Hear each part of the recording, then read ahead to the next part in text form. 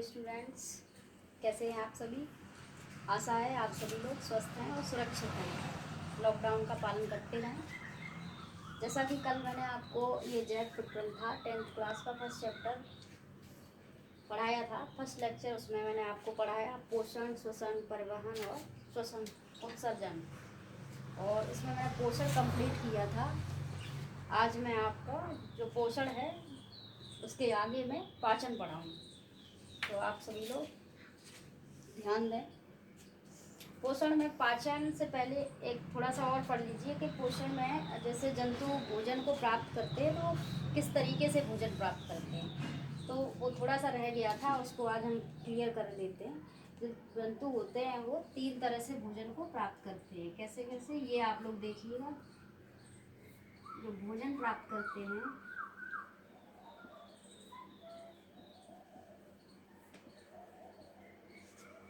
वो 3 तरीके से करते हैं। देखिए कैसे। नंबर 1, या तो वो प्रत्यक्ष रूप से भोजन को प्राप्त करेंगे, या फिर वो जंतु जो होंगे वो अप्रत्यक्ष रूप से भोजन को प्राप्त करेंगे।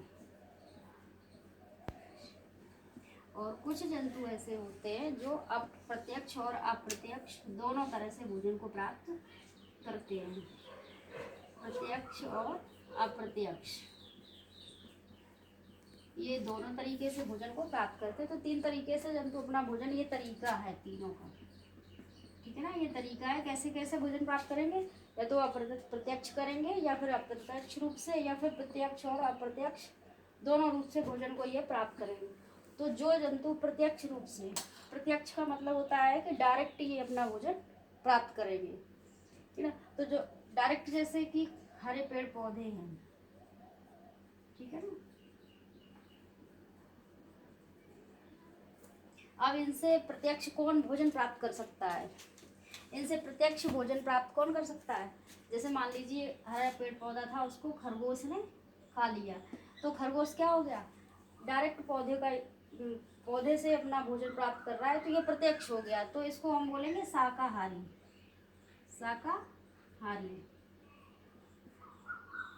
और फॉर एग्जाम्पल इसमें जैसे कि खरगोश, ये प्रत्यक्ष हो गए।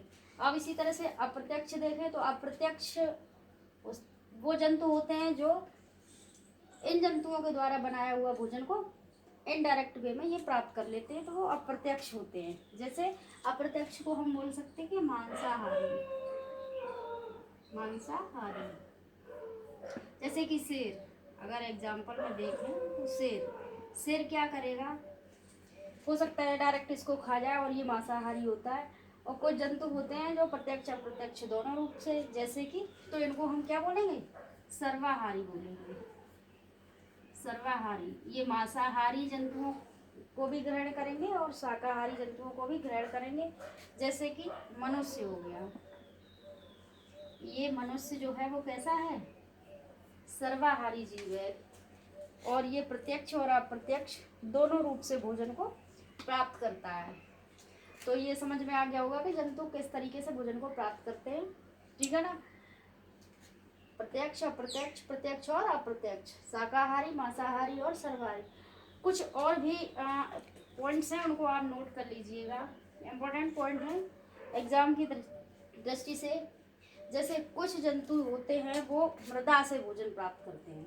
किससे, मृदा से। मृदा से भोजन प्राप्त करते हैं, तो ऐसे जंतुओं को बोला जाता है अपराहारी। क्या बोला जाता है, अपराहारी। जो जंतु मृदा से भोजन प्राप्त करते हैं उनको बोलते हैं अपराहारी। जैसे कि केचुआ, केचुआ क्या है, ये मृदा से अपना भोजन प्राप्त करता है। दीमक हो गया यहीं पे, क्या हो गया, दीमक, ये भी मृदा से अपना भोजन प्राप्त करता है। फिर नेक्स्ट पॉइंट आप नोट कर लीजिए। कुछ जंतु ऐसे होते हैं जो सड़े गले या मृत जीवों से अपना भोजन प्राप्त करते हैं।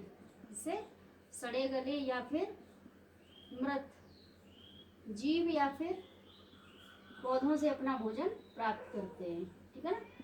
तो ऐसे जंतुओं को क्या बोला जाता है, ऐसे जंतुओं को हम बोलते हैं अपघटक। अपघटक। अगर अपघटन में देखा जाए तो जैसे कवक हो गया, बैक्टीरिया हो गया, ये सब आते हैं इसके अंतर्गत, ठीक है ना। अगर ये लोग ना हो, कवक अपघटक ना हो, तो ये चीज़ हमारे वातावरण में इतनी बढ़ जाएगी कि जिसको हम लोग क्या करेंगे, डिकम्पोज नहीं हो पाएगा तो बहुत सारा अंबार लग जाएगा। इसलिए इनका होना बहुत ज़रूरी है।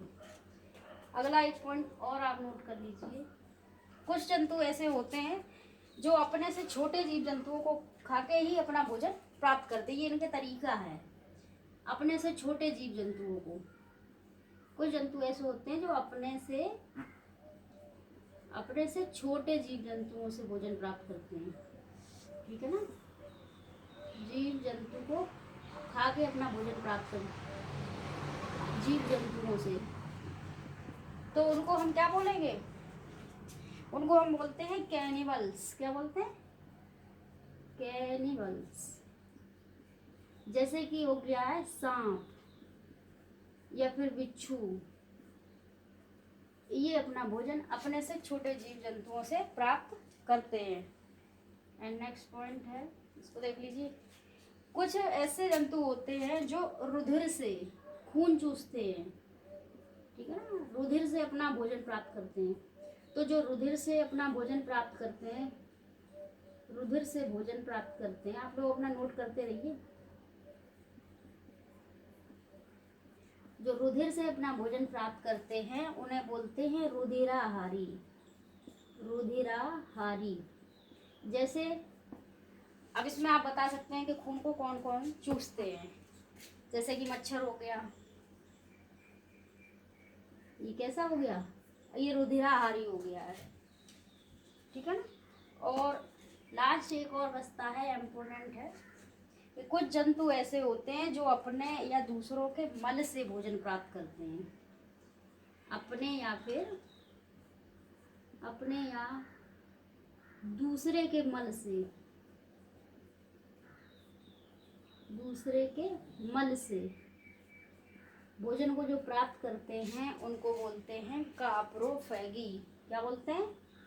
काप्रोफैगी। जैसे इसमें हम एग्जांपल दे सकते हैं सुअर। सुअर होता है ये या तो अपना ही मल से भोजन प्राप्त करेगा या फिर दूसरों के।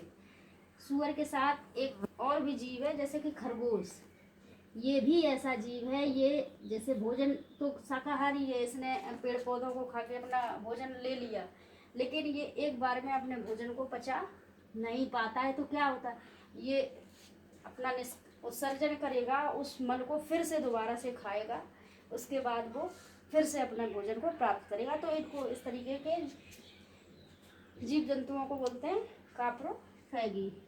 तो ये तरीका है सभी जीव जंतुओं का कि ये कैसे कैसे अपना भोजन प्राप्त करते हैं।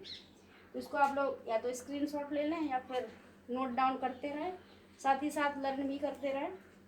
और इसी के साथ थोड़ा सा और इसमें बचा है फोटोसिंथेसिस, जो मैंने उस दिन बता भी दिया था आपको। फोटोसिंथेसिस थोड़ा सा आप लोग जान लीजिए क्या होता है। प्रकाश संश्लेषण जिसे हिंदी में बोलते हैं, प्रकाश संश्लेषण। प्रकाश संश्लेषण में क्या होता है कि पौधे होते हैं वो अपना भोजन सूर्य के प्रकाश में वाटर H2O और CO2 की उपस्थिति में अपना भोजन बनाते हैं। तो ये प्रक्रिया एक बार में नहीं 3 बार में कंप्लीट होती है। तो हम कह सकते हैं कि प्रकाश संश्लेषण होता क्या है। प्रकाश संश्लेषण पौधों में जिस विधि द्वारा भोजन का निर्माण होता है, ठीक है, पौधों में जिस विधि द्वारा भोजन का निर्माण होता है उसको हम क्या कहते हैं? प्रकाश संश्लेषण कहते हैं। तो प्रकाश संश्लेषण में क्या होगा, ये 3 चरणों में होता है। जैसे कि CO2 हो गया, प्लस हमें क्या चाहिए प्रकाश संश्लेषण में?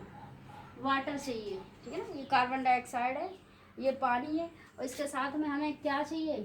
सनलाइट चाहिए, सूर्य का प्रकाश चाहिए। ये बहुत ज़रूरी है कि सनलाइट चाहिए, और साथ ही साथ क्लोरोफिल भी होना चाहिए। क्या होना चाहिए? क्लोरोफिल। क्लोरोफिल होगा तो हमें आगे जाके ये जो प्रकाश संश्लेषण की क्रिया है वो पूरी होगी। फिर हमें क्या मिलेगा? हमें खाने के लिए क्या चाहिए? ग्लूकोज। तो ग्लूकोज चाहिए, ठीक है ना। ग्लूकोज को हम लिख सकते हैं C6H12O6, ये चाहिए इसमें, ये होता है। और साथ ही साथ इसमें थोड़ा सा ऑक्सीजन भी मिल जाता है बाई प्रोडक्ट के रूप में, O2, ठीक है ना। ये बाई प्रोडक्ट के रूप में होता है। थोड़ा सा हमें इसके साथ साथ वाटर भी मिलता है, H2O। और ये प्रक्रिया अभिक्रिया है, आप इस अभिक्रिया को बैलेंस भी कर सकते हैं।